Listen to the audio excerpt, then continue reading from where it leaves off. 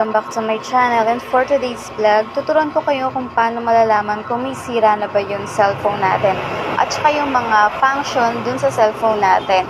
So, punta lang tayo ngayon sa Play Store at ipapakita ko kung ano yung gagamitin natin. So, punta tayo sa Play Store. Type lang natin dyan yung CPU X. So, i-type nyo lang dyan yung CPU X. Ayan. So, yun yung nasa una. Ito nga pala ay may 4.7 reviews. At,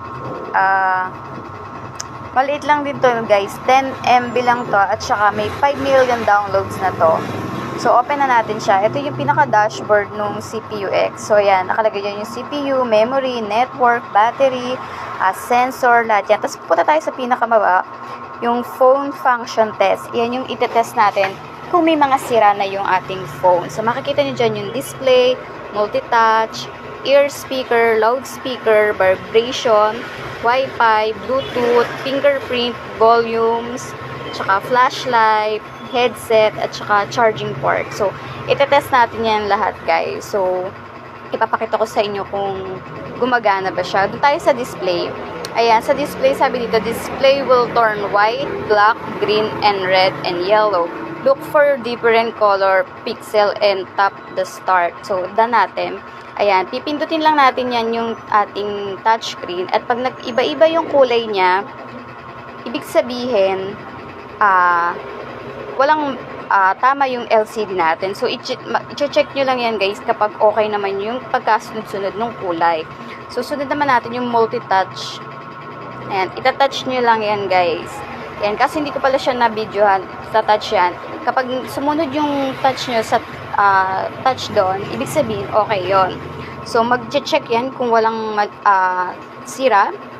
And then, gamitin natin yung ear speaker. Kapag may naririnig kayong mahinang tunog, ibig sabihin, okay yung ear speaker test yan.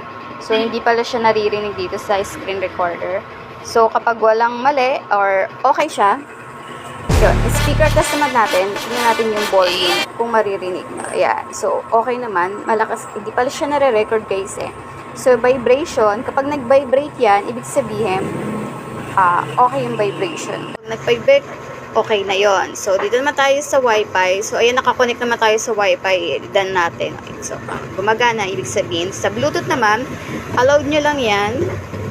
At kapag lumabas yung Bluetooth nyo, ibig sabihin, good. Yung fingerprint guys, wala kasi ako nakasetup na fingerprint kaya hindi siya matesting. Ayan. So, dito naman tayo ngayon sa volumes. Ayan. Volume up. Pipindutin ko lang yun. Ibig sabihin, kapag umap yun, okay, mag-check yan. At sa volume down naman, tatry natin yung volume down. Ayan. So, ayan. Gumagana naman siya. Done nyo lang. Ibig sabihin, okay.